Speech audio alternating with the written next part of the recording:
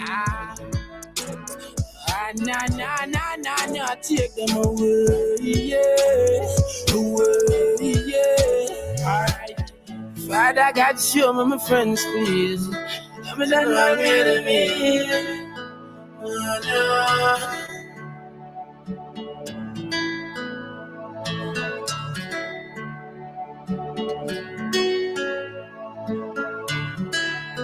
99.9 WEFM. WhatsApp us or call us at 457-9997. Rise and shine. Let's get ready to take on the day. Activated Mornings on WEFM 99.9 is on now.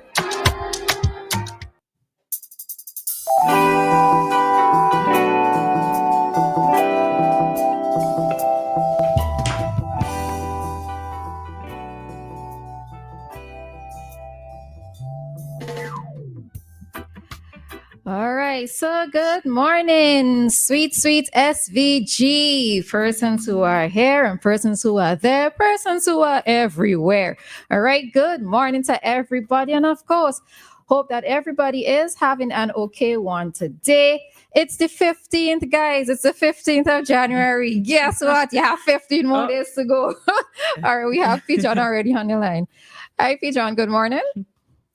Hey, good morning, Roleza. Good morning to your companion. Is Dianna there? Yes, I am. Good morning. Yeah, good morning, yes. Have you been listening to the budget debate so far? Any of you? Yes, I have. Well, most of it, yes. Pieces. I want to just say a few words on that. Well, I listened as much as I could. It is difficult to sustain listening because sometimes you get distracted. Mm-hmm. Sometimes even doze off, depending on who is speaking. I just want to comment on the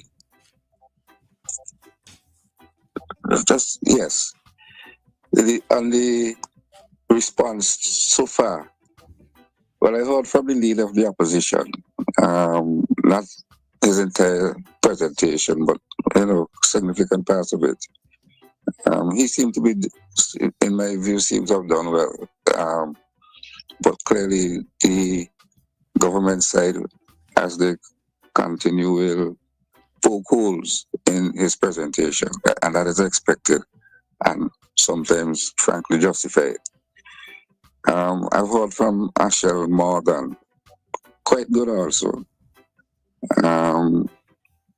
Then also Minister or very fiery, and I also heard most from Honorable Montgomery Daniel. I want to wish him all the best as he announces independent retirement. I'm not seeking re-election in the next elections. So far, so good. But there's this annoying issue of the crosstalk. That is what I really want to focus on. Oh, Lord, and there's your ringmaster, but anyhow.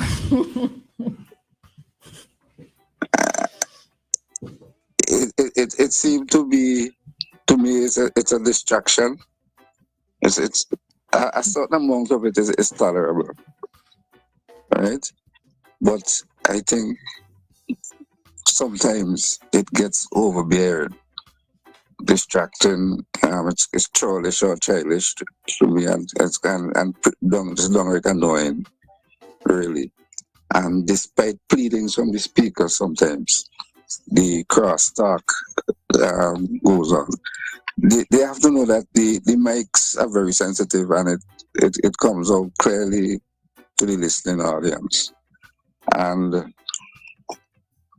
it, like I said, it could be quite annoying, and it shows an amount of disrespect for the speaker, who sometimes pleads with members to get back in order, get to order. I don't know if they think they're doing the any good or there's any benefit to that amount of crosstalk that we get sometimes. Really. And I want to urge, if them listening, urge them to pay attention to the decorum of the house and to their own personal decorum and conduct the debate in better taste. That's all I have to say for now. Thank you. All right, thanks, Peejohn. I noticed that yesterday the speaker she did pull up both sides again, and she said she's not tolerating any of that for this year, right? So let's see what happens. But I don't know. I think she's had to take some blood pressure tablets before going into Parliament or something, because it won't let me with her. Don't fling that gavel after somebody, to be very honest. All right. I think if they take the plane to the gallery or to the audience out there, I don't think it is necessarily going on that well when it gets overbearing, the extent to which it gets sometimes. Yeah. Okay, well, all the best. All right, to you too, Peejohn. Thanks. All right. So that was today's commentary from Peejohn, Mr. Philbert John. And yes, I could never have been the speaker of the house. I might have get an assault charge or something, because really and truly, I don't have that patience, especially to be speaking to adults. And to have to be shouting and to be reinforcing and re-emphasizing that you need to have order. I don't have that kind of patience. Yeah. All right, so we have somebody else on the line. Hi, caller. Good morning. Hi, good morning, Roleza. Morning. And Dianna. I endorse most of what Peejohn said, because I've always had that feeling, the behavior in the house is, to use a loose term, is atrocious. I listened with interest to Minister Gonzalez, Camilo Gonzalez, where he placed emphasis on mathematics. I would continue to beat the drum. English language arts is something that's actually died in St. Vincent and the Grenadines. You might be scratching your head and wondering, now, what is he talking about? Putting a punctuation mark in the wrong place makes a lot of difference. For example, if you go to ask somebody to carry something someplace, don't say curry. Vincentians would understand this, but people outside of St. Vincent will be wondering, why are they talking about curry? And well, we actually say Kerry. We say Kerry, Kerry. Yeah, Kerry or curry. And again, my pet peeve would have the misuse and butchering of that. It makes a lot of difference if used in the wrong context. And I would like to see emphasis placed on English language arts. It's very, very important. My grandmother used to say, the 3 R's, reading, writing, and arithmetic. I don't know how and what writing start with R, but you got the message. Reading, and arithmetic? And arithmetic, yes. The older folks will understand that. So please, Mr. Minister of Education, because I've often heard the Minister of Education butcher the English language. That works in St. Vincent, but remember, we are global. Have a great day. And Anita, we'll catch up later. All right. Thanks, Joshua. All right. So, yes, good morning again to everybody. You have Dianna and Roleza in studio with you for Activated Mornings here today, the 15th of January. You have 15 more days. No, it might be 60. 31 days in January. But anyways. About 60 days. 30 to 60. All right. All right. Right. So you're almost there. You're almost there. And the thing of it is that I think January is actually flying very quickly. Yes. I think it started last year. Since last year, January has picked up. Big up yourself, January. So wonderful. For those of you who just find yourself barely hanging on, just hang on a little longer, right? The treading going bus, just hang on a little longer. All right. So yes, just a touch on a few things. Yesterday, from yesterday's Parliament, I listened to the presentation. Well, I heard part of it from Dr. Friday. In terms of by the time I got home, and I heard Ashel's presentation, Senator Morgan's presentation. Address properly, Senator Morgan's presentation, and it was good. The intro was quite moving. I felt what she was saying, and it was quite moving. And of course, I'm always happy to see the female representation in the House.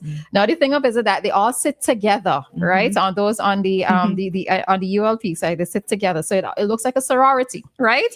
But it's a well-dressed, well-groomed, well-manicured sorority. Yes, man. So when we talk about female representation, we got them there, all right? But apart from me being superficial in terms of that aspect, I'm always happy to hear of them, especially speaking in Parliament. I am not sure who else is going to be speaking. I also have to commend the presentation made by Dr. Orlando Brewster, Honorable Dr. Orlando Brewster, because his was also quite powerful, right? I wasn't bored. My attention was tuned in his presentation. So I am looking forward to hearing the presentations again today. I think they're supposed to start today with Minister Stevens, Nigel Stevens, all right, for South Leeward. So we'll be continuing today. All right. Unfortunately, I was asleep. I wasn't feeling well. So when I went home, all I could do was sleep. Oh. So I missed those presentations. So, yeah. Okay. Very well. But I'm gonna go back and watch, rewatch the live, because there are things that I want to hear. So I'm gonna go back and do that. Okay. All right. And in speaking in terms of the Parliament and what happened yesterday, there was a very moving presentation from Deputy Prime Minister. Oh, we have a call? Yeah. All right. Hi, caller. Good morning. Yeah. Hi, good morning. Morning. Welcome back, release. Dianna, thank you. How was your 1 week vacation or 2 week and a half vacation? It was good, man. It was all right. Okay, I enjoyed. That's good. Hey, Willie, how are you? I good enough. I good. Cool na aya. Okay. And I know you're speaking about the politics, the House of Assembly yesterday, but just want to change it. Just give me 1 minute to change it. Let me just show you all something. Now, I have a good friend, right? I'm not going to call her name on radio. Now, the 3rd of January, she get called down at the hospital because a lady went on holidays for a month. So they call her to give her the whole on. She went in the 3rd. Eventually, she only worked, I think it's about 9 or 10 days. She said one of the nurse asked her if she vaccinated. She said no. The nurse tell her, it had to be one of the head nurse. Most they could just add in every nurse, they could be a head nurse. Tell her they gotta get back to her. That's all the time she walking in her. She said the next morning she went in, now the nurse told her, the sister test say she was not able to walk anymore. And by the way, the young lady come back to work. Now, this is something strange to me. How could you go up on holidays for a month and in 9 to 10 days you would be there back? Now they tell the girl, secondly, she was not able to walk anymore because she's not vaccinated. She cannot wear no earring. That's one of the days before they tell her she cannot wear no earring. Just to clean, I could see like if she was in the kitchen or doing something else, you lay down these kind of rules. I mean, let me give you a suggestion on that, how that's something to you all. I don't know how to fully comment on this.